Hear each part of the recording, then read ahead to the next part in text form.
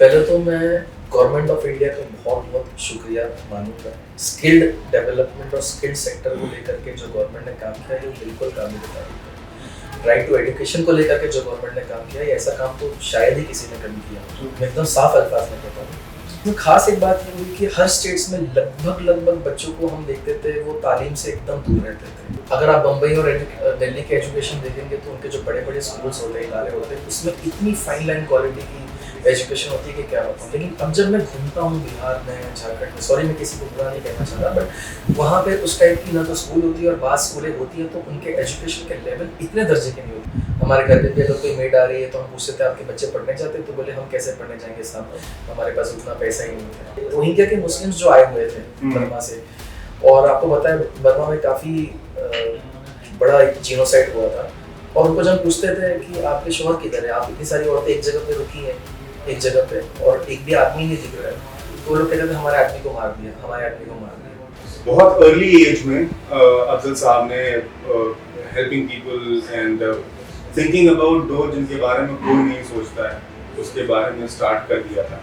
And मैं वही जानना चाहूँगा अफजल भाई आपसे कि जिस उम्र में इंसान अपने फ्यूचर के बारे में सोचता है, अपने परिवार के बारे में सोचता है and trying to establish themselves in a certain society की जहाँ पे luxury and necessity comes hand in hand, उस उम्र में आपने किस चीज़ से इंस्पायर्ड होकर you were started thinking about poor and needy people? चूँकि तालीम हमारी बहुत अच्छी हुई थी एंड उस वजह से हमारी जॉब भी बहुत अच्छे दर्जे पे चल रही थी, तो इसलिए हमने इंडिया का लगभग एरिया ट्रैवल करके तो कवर कर लिया है, all due to service only. तो इस दौरान काफ़ी जगह घूमने का मौका मिला, कर्नाटक में, अलग अलग स्टेट्स में, आसाम में, गुजरात में। इसमें खास एक बात ये हुई कि हर स्टेट्स में लगभग बच्चों को हम देखते थे वो तालीम से एकदम दूर रहते थे। हमारे घर पे भी अगर कोई मेड आ रही है तो हम पूछते थे आपके बच्चे पढ़ने जाते, तो बोले हम कैसे पढ़ने जाएंगे साहब, हमारे पास उतना पैसा ही नहीं है। उनके पास अक्सर लोगों के पास कागजात भी नहीं होते हैं कि वो बच्चों को भेज सकें। तो चूँकि अक्सर स्कूल्स में किसी न किसी कागजात की तो ज़रूरत पड़ेगी। और इसी दौरान एक बड़ा फैक्ट ये हो गया कि रोहिंग्या के मुस्लिम्स जो आए हुए थे बर्मा से, और आपको पता है बर्मा में काफ़ी बड़ा जीनोसाइड हुआ था, उसके बाद में जो बहुत सारे लोग आए थे उसमें आप यकीन जानेंगे कि एक वक्त में हम देखते थे कि 50-70 औरतें खड़ी होती थी, उनके साथ में कभी 100-150 बच्चे होते थे और एक भी आदमी नहीं दिखता था। और उनको जब पूछते थे कि आपके शोहर किधर है, आप इतनी सारी औरतें एक जगह पे रुकी हैं एक जगह पे और एक भी आदमी नहीं दिख रहा है, तो वो लोग कहते थे हमारे आदमी को मार दिया, हमारे आदमी को मार दिया। तो ये औरतें बिल्कुल ही बेसहारा हो चुकी थी और ये बच्चे भी यतीम हो चुके थे, न इनके पास खाने के लिए कुछ होता था, अक्सर लोगों के पास खास कोई कपड़े भी नहीं होते थे, क्योंकि वो लोग उन वॉर जोन से उन हालातों में निकले थे कि उन्होंने अपने साथ क्या लेके आ सकते थे, वो अपने साथ सिर्फ अपनी जान और अपना ईमान ही बचा करके ला सकते थे। तो यहाँ पे उनको जो बेसिक नेसेसिटीज थी ना वो मिलती ही नहीं थी। और मैं समझता हूँ कि इंडियन गवर्नमेंट पे भी एक बहुत बड़ा लोड है, चाहे किसी की भी गवर्नमेंट हो, हमारी पॉपुलेशन बहुत बड़ी है, इसमें लोड तो बहुत बड़ा है। तो उस दौरान हमने 2-3 बार कैंपेन किया इन लोगों में। हमने मुंबई से भी कुछ सामान भेजे थे उनके लिए, हमने हैदराबाद से भी जो हमारी टीम थी वो भी काफ़ी उन्होंने हेल्प किया था। तो हम सब मिल करके उनको कपड़े थे, जितना भी हमसे हो सकता था, फूडिंग आइटम्स हम देने की कोशिश करते थे। हमें एहसास हुआ कि ये एक बहुत बड़ा तबका तो ऐसा है जो एकदम बेसिक नेसेसिटीज़ होती है ना, अब्राहम मास्लो थियरी के हिसाब से अगर आप देखेंगे, एकदम बेसिक नेसेसिटी से महरूम हो चुका है। अक्सर तो हमारा जो टारगेट है वो बेसहारा बेवा औरतें होती हैं और छोटे बच्चे होते हैं, जिनको हम चाहते हैं कि इनको इतना कम से कम हम अता करने की कोशिश करें बाय ग्रेस ऑफ गॉड कि हम जरिया बन जाए इनकी ज़िंदगी में, एटलीस्ट कुछ जरिया माश इनको भी हासिल है। अगर बच्चे हैं तो कुछ तालीम सीख ले जिससे कि अपनी रोजी रोटी को आगे चलते जब वो मेच्योर हो जाए तो कमा सके। औरतें हैं तो एटलीस्ट इतनी स्किल्स सीख जाए जिससे कि वो अपने घर के लिए ब्रेड विनर बन सके। तो अभी आपका इदारा इन्हीं सारी चीज़ों को लेकर काम कर रहा है, जैसे आपने बताया कि आपके 16 इदारे हैं जो वर्किंग राइट नाउ, तो उसमें एक तो ये होता है कि आपने एजुकेशन सेक्टर पे बहुत ज़्यादा ध्यान दिया। Second of all, which has been run a huge massive campaign from the Prime Minister itself, Skilled India, जो कि मेरे हिसाब से one of the best initiative India has ever got, क्योंकि स्किल्ड इंडिया में आने के बाद आप ब्रेड अर्नर बन सकते हो जो आप पे डिपेंडेंट हैं। तो इसको लेकर कहाँ से आपके जहन में आया कि स्किल्ड इंडिया में इंस्टेड ऑफ की एजुकेशन सेक्टर के तरफ और उन औरतों के लिए अगर हम स्किल प्रोवाइड कर सकते हैं, तो ये सारे thought where did it come from and what made you decide particular state और city? Because India is a diverse country. अगर आप इंडिया की बात करें तो हमारे पास आज की डेट में 3 जनरेशन एक साथ रह रही है, जो एक बहुत ही लग्जूरियस लाइफ जी रहा है। दूसरे हैं हमारे आपके जैसे middle class, and third generation is which is under the poverty line, below the poverty line. तो उनको अगर हमें अपलिफ्ट करना है तो I think which is the best way to skill और एजुकेट। और आपने दोनों सेक्टर में ही बहुत अच्छा काम कर रहा है आपका इदारा, उसके बारे में कुछ बताइए कि how this started and what exactly you guys are doing for that. जी, पहले तो मैं गवर्नमेंट ऑफ इंडिया का बहुत बहुत शुक्रिया मानूंगा। स्किल्ड डेवलपमेंट और स्किल्ड सेक्टर को लेकर के जो गवर्नमेंट ने काम किया है वो बिल्कुल काबिल तारीफ है। राइट टू एजुकेशन को लेकर के जो गवर्नमेंट ने काम किया है, ऐसा काम तो शायद ही किसी ने कभी किया। मैं एकदम साफ अल्फाज में कहता हूँ, गवर्नमेंट ने स्किल इंडिया भी ओपन किया, गवर्नमेंट ने राइट टू एजुकेशन किया। अब 4 साल का बच्चा है, उसको स्किल इंडिया से कुछ नहीं करना, उसकी उम्र पढ़ने की है, उसके लिए आपने राइट टू एजुकेशन कर दिया, उसके लिए एजुकेशन की जरूरत है। लेकिन साथ में 30 साल की औरत है, फर्स्ट नीचे उसकी माँ है, वो तो अब राइट टू एजुकेशन में नहीं आ सकती ना। वो इस वक्त वो अगर एजुकेशन लेगी भी तो कितने साल तक उसकी तालीम चलेगी? 5 साल चलेगी, 10 साल चलेगी। उसके लिए स्किल्ड इंडिया कि अगर वो भले से पढ़ी लिखी नहीं है लेकिन एटलीस्ट कुछ ऐसे कोर्सेज कर लेती है जिसमें गवर्नमेंट बहुत ज़्यादा हेल्प करती है। बहुत सारे एनजीओज की उनके लिए टैक्स माफ होते हैं, उनके लिए बहुत सारे स्कीम्स गवर्नमेंट की तरफ से माइनॉरिटी को लेकर भी आती है, जिसमें कि बाज़ मरतबा आप देखेंगे कि बड़े बड़े एनजीओ से इनको बहुत सारी एम्यूनिटीज़ मिलती है, गवर्नमेंट की तरफ से फैसिलिटीज़ मिलती है, मशीनरीज तक की कई मरतबा दी जाती है। तो इसमें फ़ायदा ये होता है कि वो औरत जो है, जिसकी हम जो हम बालिगा की कैटेगरी में कंसिडर करते हैं, जिनको हम कहते हैं कि मेच्योर हो चुकी है और अब वो पढ़ाई की तरफ अब जाना बहुत मुश्किल है, क्योंकि उसके लिए फैसिलिटीज़ नहीं है। या तो उसको अपने बच्चे के लिए कमाना है या तो फिर उसको जाकर के सीखना है। अब अगर वो जाके सीखेगी तो फिर ब्रेड भी ना होगा, ये भी एक सवाल है। तो इसलिए दोनों सेक्टर में साथ में हैंड इन हैंड काम करना की जरूरत है, और ये गवर्नमेंट ने किया, ये अच्छी बात है। यही चीज़ को मद्देनजर रखते हुए हम भी कह रहे हैं, हमारे पास जो बच्चे छोटे बच्चे आते हैं 5 साल के, 7 साल के, 8 साल के, हम उनको स्किल डेवलपमेंट में नहीं देते, कतई नहीं देते। इस वजह से क्योंकि वो बच्चे इस वक्त तालीम याफ्ता है, बेहतर होगा कि वो ABCD सीखे, इंग्लिश सीखे, हिंदी सीखे, मैथ्स यानी हिसाब सीखे, गणित सीखे, साइंस सीखे। ये बच्चे जब इन तालीम में मजबूती हासिल कर लेंगे, फिर उसके बाद वो अपनी ज़िंदगी के बाद जो भी करना चाहे कर सकते हैं। वो चाहे 10वीं कर सकते हैं, 12वीं कर सकते हैं, 12वीं करने के बाद वो अगर कुछ भी कोर्स भी करना चाहे, छोटे मोटे कोर्सेज, IT के कोर्सेज है, डिप्लोमा कोर्सेज, वो किसी भी कोर्स में करके वो अपने आप को लेवल अप कर सकते हैं। तो हम जो छोटे बच्चे होते हैं उनके लिए हम पूरी तरह से सिर्फ और सिर्फ एजुकेशन पर ध्यान देते हैं। लेकिन जो बालिगा औरतें होती हैं उनके ऊपर हम ये ध्यान देते हैं कि वो स्किल डेवलपमेंट है। इसी वजह से हमारे सेंटर्स में अक्सर आप देखेंगे हम लोग सिलाई मशीन्स रखते हैं और उनको सिखाने की ज़्यादा से ज़्यादा कोशिश करते हैं, ताकि वो अपना खुद के घर के लिए खुद कुछ ना कुछ करने की कोशिश करे और उससे वो जरिया माश तैयार हो।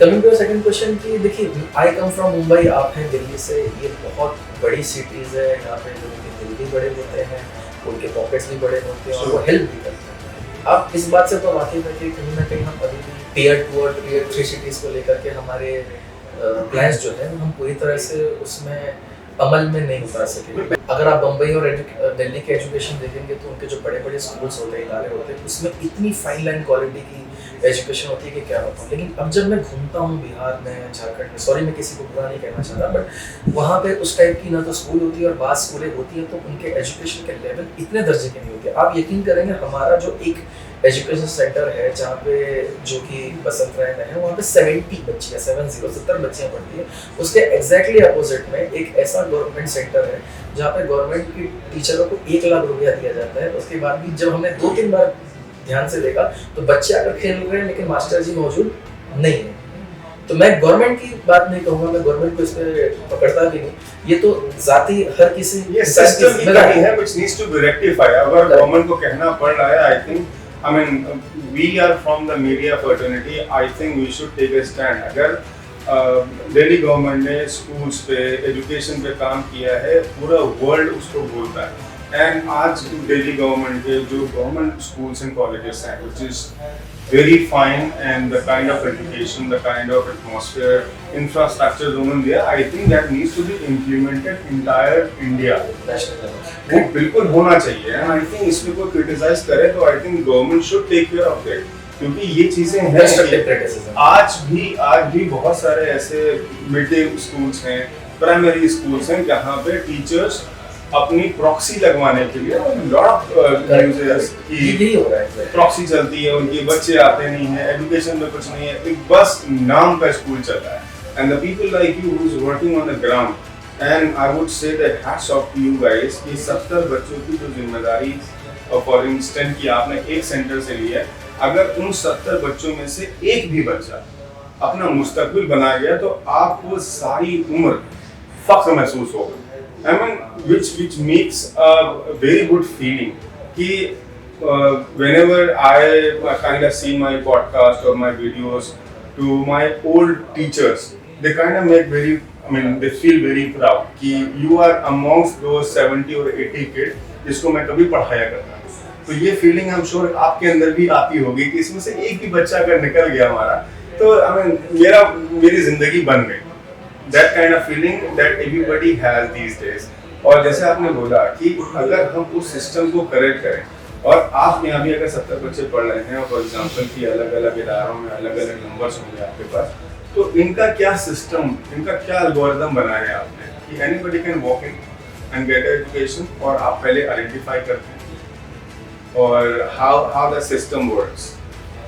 जी देखिए, जैसे मैंने थोड़ी पहले बताया था कि अक्सर इदारों में teachers are just not present, they have proxy type of attendance they do, and just in front of that हमारा खुद का इदारा मौजूद है, we are trying to be qualitative. तो हमारा जो प्राइमा फेशिया है ना, वो कभी आइडेंटिफिकेशन पे आकर के एंकर नहीं होता, जो भी पढ़ना चाहता है वो आ सकता है। अच्छा ये भी क्यों है, ये भी बता देते हैं। जब मैं खुद जानता हूँ कि हम सबसे fine and quality of education देते हैं हमारे बच्चों को, तो मैं ये सब गरीबों के लिए नहीं होता। हमारे पास बाज बच्चे ऐसे हैं जिनके parents decent type of earning कर लेते हैं और जो वो खुद भी अगर चाहते हैं तो डोनेशन दे सकते हैं इदारे, अगर वो चाहें, न चाहें तो कोई बात नहीं। हमने कुछ फीस भी रखी है, तो कुछ बच्चे हैं जो फीस दे सकते हैं और वो छोटी फीस है, मतलब कहीं 100 रुपया कहीं 200 रुपया। आप यकीन मानिए चलिए 95% फीस देते हैं, हमने बस वो नाम के लिए रखी है कि कुछ बच्चे ऐसे हो जिनके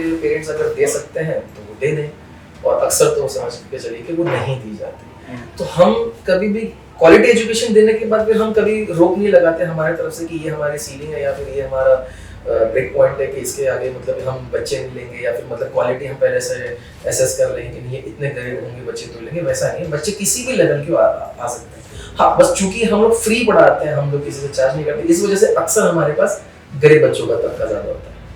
सही बात है। जैसे अभी दिल्ली में भी बहुत सारी ऐसी कैंपेन चली थी, इसमें 10 रुपए थाली चल रही थी और 10 रुपए थाली में माशाल्लाह बहुत अच्छा खाना था।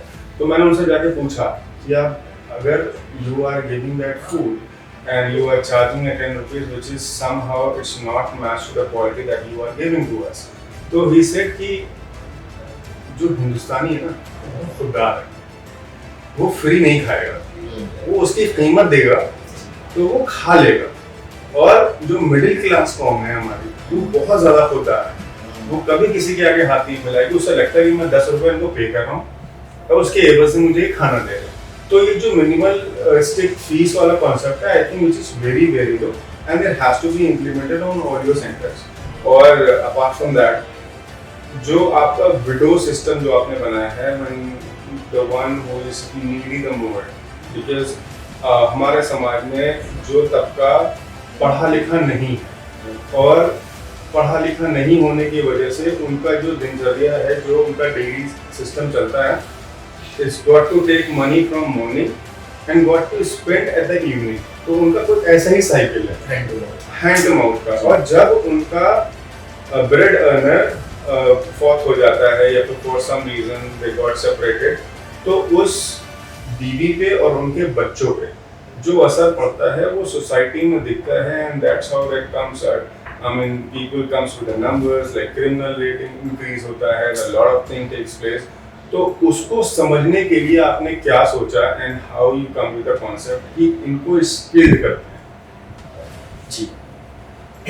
दरअसल ऐसा है कि ये मान के चलिए कि या तो हस्बैंड की डेथ हुई है या फिर जैसे आपने कहा कि मुतल्लक और वो कि उनका डिवोर्स हो गया। अब उसके बाद माँ बेचारी अकेली पड़ जाती है, एन उनकी लगी कई मरतबा 2 या 3 बच्चे होते हैं। हम अब वो माँ जो है ना, वो उसको स्किल ट्रेनिंग करनी है पहली बात। और बच्चे जो है वो छोटे हैं, स्किल ट्रेनिंग के लिए कम से कम 2 घंटा 3 घंटा रोज देना पड़ेगा। ये ट्रेनिंग तो चलो एन उनकी ने कि 6 मंथ में या तो केक मेकिंग या सॉफ्ट टॉय मेकिंग या फिर किसी दर्जे में आप समझिए कि सिलाई की उन्होंने ट्रेनिंग सीख ली। उसके बाद जब उनका काम शुरू होगा ना, वो टाइम पे ये मान के चलिए कि वो सवेरे से शायद हो सकता है उनके पास ज़्यादा काम आ जाए, 10 बजे से शाम को 5 बजे तक बैठना पड़े। तो बच्चों की तालीम का क्या है? तो ऐसी माएँ जो हैं जो सेपरेट हो चुकी है या फिर मतलब उनके शौहर फौत हो गए हैं, we would always suggest and we always keep on suggesting them, you send your kids to the learning center, let them stay there। हमारे पास दोनों कॉन्सेप्ट मौजूद है। कुछ ऐसे सेंटर्स हैं हमारे जहाँ पे हम सिर्फ पढ़ा करके बच्चों को भेज देते हैं, which is just like school, and कुछ ऐसे कॉन्सेप्ट है जहाँ पे we will give them hostel as well। यानी हमारे पास रहने का भी बंदोबस्त होता है, अच्छे अच्छे कूलर्स देते हैं, हम उनको अच्छे कारपेट्स देते हैं, अच्छी रहाइश देते हैं और अच्छी तालीम देने की पूरी पूरी कोशिश करते हैं। तो तालीम में उनके लिए पूरी तरह से इंग्लिश आ जाता है, मैथ्स आ जाता है, साइंस आ जाता है, हिंदी आ जाता है। तो एक मोटा मोटी बेसिक तालीम जिसकी ज़रूरत है वो हो जाती है। प्लस वो घर से चूँकि इस दर्जे में तो कट जाते हैं कि उनकी माँ को बॉदर ना करे, तो माँ एटलीस्ट अपना लाइवलीहुड स्किल सेंटर से सीखने के बाद कुछ ना कुछ तो अपना लाइवलीहुड को चला देती है। इस तरीके से हमको दोनों को वक्त की नज़ाकत को देख करके अलग करना पड़ता है, लेकिन ये उनके बेहतरी के लिए होता है। बिल्कुल। और इस महंगाई के दौर में जहाँ पे अपना खर्चा चलाना मुश्किल होता है, आई नो कि जब आप एक मिशन पे हों तो god help those who help themself, वो एक असबाब बनते जाते हैं, but it's a very large number when you are talking about 700 people that you guys are taking care of. How you guys manage this? कितना खर्चा आता है? I mean how your financial calculation works? जी, actually we are a team of at least 100 people and not more than that, and it is a very small circle. People donate from their end. Most of them are friends, relatives. In fact, many of them are business vendors, clients as well. As a matter of fact, people donate, and that's how we use it. So, as I said, that there are some women to whom we teach skill centers. That is for somebody who can earn their bread. Number one. There are kids who are at the moment not educated, not literate, so we try to teach them and educate them। ये हो गया 2 तबका। इसके अलावा एक ऐसा तबका है जो इतना बूढ़ा है, इतना कमजोर है या फिर माजूर है, फर्स्ट कर लीजिए हैंडीकैप, कि अब वो ना तो एजुकेशन ही ले सकता है और ना तो स्किल डेवलपमेंट कर सकता है। तो उनके लिए हमने सीधा फ्री राशन सिस्टम रख दिया है। एटलीस्ट देयर आर 20-25 फैमिलीज जिनको फ्री राशन मंथली, आज से नहीं कोविड के पहले से जा रहा है। कोविड में भी बाय ग्रेस ऑफ गॉड ऐसा हुआ कि अल्हम्दुलिल्लाह हम लोगों ने कुछ 1500 फैमिलीज को वो टाइम पे राशन तकसीम किया था। और तब से जो कुछ फैमिलीज हमारे साथ बन गई जिनको हम देख रहे थे कि नहीं, ये तो ना इनके बेटे हैं, ना इनके घर के साथ में कोई काम करने वाला और ना इनकी इतनी उम्र है। मुझे भी याद है 81 ईयर ओल्ड वुमन थी, वो काठी लेकर के चलती थी और हम उनसे हर बार कहते थे कि माँ जी आप बताइए कि आपको लगे इधर, हम आके पहुँचाते थे। लेकिन वो बेचारी इतनी हयादार थी कि उसे हया लगती थी कि मेरे पास कोई आ करके थे, तो वो हमसे कहती थी नहीं बेटा आप इधर आ जाइए फलाना जगह पे, मैं आके ले लूंगी। बात मतलब एक बार ऐसा हो गया कि मैं कई बार ऐसा होता है कि मैं हर चीज़ हमारे लोगों से नहीं कराता हूँ, कुछ चीज़ें हम खुद अपनी आंखों से भी देखना चाहते हैं। तो ये एहसास हुआ कि स्कूटी पे जाने के बाद मैंने कहा, मैं था मेरा दोस्त था, उन्होंने कहा कि नहीं ये स्कूटी पे आगे हम राशन रख लेते हैं क्योंकि बड़ा सा राशन होता है, आप कैसे उठाएंगे। तो हम कम से कम 1 से 2 किलोमीटर स्कूटी धीरे धीरे चलाते रहते हैं और चला रहे थे और वो बूढ़ी माँ चल रही थी और उसके बाद घर के करीब आ जाने के बाद उन्होंने कहा कि यहाँ से तो मैं अकेले जाऊंगी करके। तो ऐसे लोग होते हैं तो उनके लिए हम कुछ नहीं कर सकते, तो सीधा फ्री राशन सिस्टम होता है उनके लिए, या फिर अगर एजुकेशन हॉस्पिटलाइजेशन की जरूरत है, मेडिकल एड की जरूरत है, तो वो भी हम प्रोवाइड करने की पूरी कोशिश। सो आई मीन दैट्स कि कभी कोई ऐसा जुड़ना चाहता हो या फिर आपके एजुकेशन सिस्टम का पार्ट बनना चाहता हो या फिर आपसे जुड़ना चाहता हो, तो is there anything that you guys are open और कम्स ऑन दैट प्लेटफॉर्म कि जहाँ पे आके आप अपने बच्चों को एडमिशन करा सकते हैं या फिर डायरेक्टली उस सेंटर्स में जा सकते हैं या फिर कोई अंडर वन अम्ब्रेला आपके सारे इदारे हों जहाँ पे आपको कनेक्शन करा जा सकता हो? जी जी, देखिए हमारे 11 ट्रस्टीज हैं, खास करके हमारे जो खास है, अली मेरेस का है, नबी सलाम है, हैदर है, अमन है, ये लोग भी हमारी तरह पूरी तरह से मार्केट में जुड़े हुए हैं। अब हमारा काम है, वी आर जस्ट मीडिएटर्स। कहते हैं ना कि हम बस जरिया है, आने वाला जो भी है खुदा की तरफ से आने वाला है, और देना भी खुदा की ही मखलूक है। तो हम ओपन फॉर ऑल जो है ना, वो दोनों साइड में, यानी कि जैसे हमने कहा कि एजुकेशन के लिए भी कोई आए तो हम उससे रोकते नहीं है। अगर कोई हमारे साथ जुड़ना चाहे, डोनेशन देना चाहे, या हमारे साथ सिर्फ खड़ा रहना चाहे, तो उसके लिए भी हम कभी किसी को रोकते नहीं। हमसे कांटेक्ट करने के लिए मेरा मोबाइल नंबर मैं शेयर कर देता हूँ आपको, और हमारी वेबसाइट है www.asrafoundation.in। अगर कोई हमारा सिस्टम भी है जिसमें हम डायरेक्टली ऑटोमेटेड ECS जैसा होता है ना मंथली, वैसा ECS जैसा सिस्टम रिकरिंग डोनेशंस के लिए भी हम, वो भी छोटे डोनेशंस रखते हैं, कोई बड़े डोनेशंस नहीं, 500, 300, 1000 ऐसे छोटे डोनेशंस रखते हैं। हमारी वेबसाइट पे www.asrafoundation.in/donate पे जाकर के वो सब्सक्राइब कर सकते हैं। उनका नाम, ईमेल एड्रेस, फोन नंबर डाल के सब्सक्राइब कर लेंगे, ऑटोमेटिकली वो रकम हर महीने उनके पास से हमारे तरफ पहुंचती जाएगी। Kamal, I mean, I think you have your own business too that you got to take care of it. So how do you manage? I mean, a lot of people think that because I mean, right now you're inspiring me for sure. कि हम अपने ऐसे busy schedule में कैसे time निकालें. I remember one campaign that I was a part of. कि you gave us 1 hour or maybe 2 hours. You cannot give a daily, just give us a 2 hours on weekly basis. तो इस तरह की campaign that kind of very touch, और उसी के बीच में when you are doing your own stuff too, I think you are doing business and simultaneously you are doing this, helping those who is actually needed on ground. तो अगर कोई ऐसा शख्स है जो अपनी लाइफ में बिजी है, उसको क्या बोलना चाहोगे that how you can maintain that goals life? Because obviously if you have something then एक उसका एक बहुत ही स्लाइटली पार्ट उन लोगों के लिए भी होना चाहिए जो उसके लिए ब्रेड बटर एंड डेली की फीडिंग इम्पोर्टेंट है, शायद आपको वो कैसे मैनेज करा जाए? जी, आपका क्वेश्चन बहुत स्ट्रेट और बहुत साफ और शफाफ है, और ये आई थिंक बहुत लोगों तक आपके जरिए से, थैंक्स टू यू, बहुत लोगों तक सही मैसेज पहुंचने वाला है। Because a lot of people say that कि यार मेरे पास तो टाइम नहीं है, and I think more than money you got to feel that, you got to feel the pain of those people who actually I mean struggling for the दो वक्त की रोटी। तो उसके लिए बहुत इम्पोर्टेंट है, अगर आप फील नहीं करेंगे, बिकॉज हम lot of campaign we see that कि फाउंडेशंस की we see videos, but sometimes we see that कि maybe they are true, maybe they are false, lot of questions come in our head. लेकिन मुझे ऐसा लगता है कि अगर 10 में 1 भी सही है और आपने 10 को पैसा दिया, एक भी आदमी ने आपके दिए हुए पैसे से अगर अपना खुराक मिटा लिया और उसकी भूख खत्म हो गई, I think that is more. I mean, that's my perspective of life, and I really want to hear from your side because you are on the ground और आप उस चीज़ को जी रहे हैं। जी जी, हकीकत यही है। कुरान में अल्लाह फरमाता है जिसका मतलब है कि जो हमारे दीन की मदद करेगा उसके ज़ाती काम हमारे ज़िम्मे, ये हर मुसलमान को पता है। यानी कि आप जब भी दीन की मदद कर रहे हो खुदा की, और उसके दीन में ये सब लोग भी आते हैं, गरीब हैं, तो आपके ज़ाती काम उसके ज़िम्मे ये होगा, है ना? तो जब खुदा के ज़िम्मे आपके काम होंगे तो आपके काम तो आसान हो ही जाएंगे। तो ये असल जो है ये शॉर्टकट है, सच कहूँ तो अक्सर लोग जानते हैं। हाँ, ये है कि हमारे वतन में मैं देखता हूँ हमारे पेरेंट्स 9 to 5 जॉब करते थे, अब वर्किंग आवर्स जो है वो बहुत ज़्यादा एक्सटेंड हो गए, 9:30 से 7:30 हो रहा है, घर से निकल रहे हैं 7 बजे 7-8 बजे, रात में आ रहे हैं कम से कम 10 बजे, अपने बच्चों को तक टाइम नहीं दे पा रहे, अपनी फैमिली को तक टाइम नहीं दे पा रहे। जो अपनी ज़ाती फैमिली को टाइम नहीं दे पा रहे हैं, वो सोसाइटी को क्या टाइम देंगे? इस वजह से कॉर्पोरेट से भी मैं दरख्वास्त करूँगा कि लाइफ को इतना ही स्ट्रेच करिए किसी के लिए कि वो आपके साथ हंसी खुशी काम करे।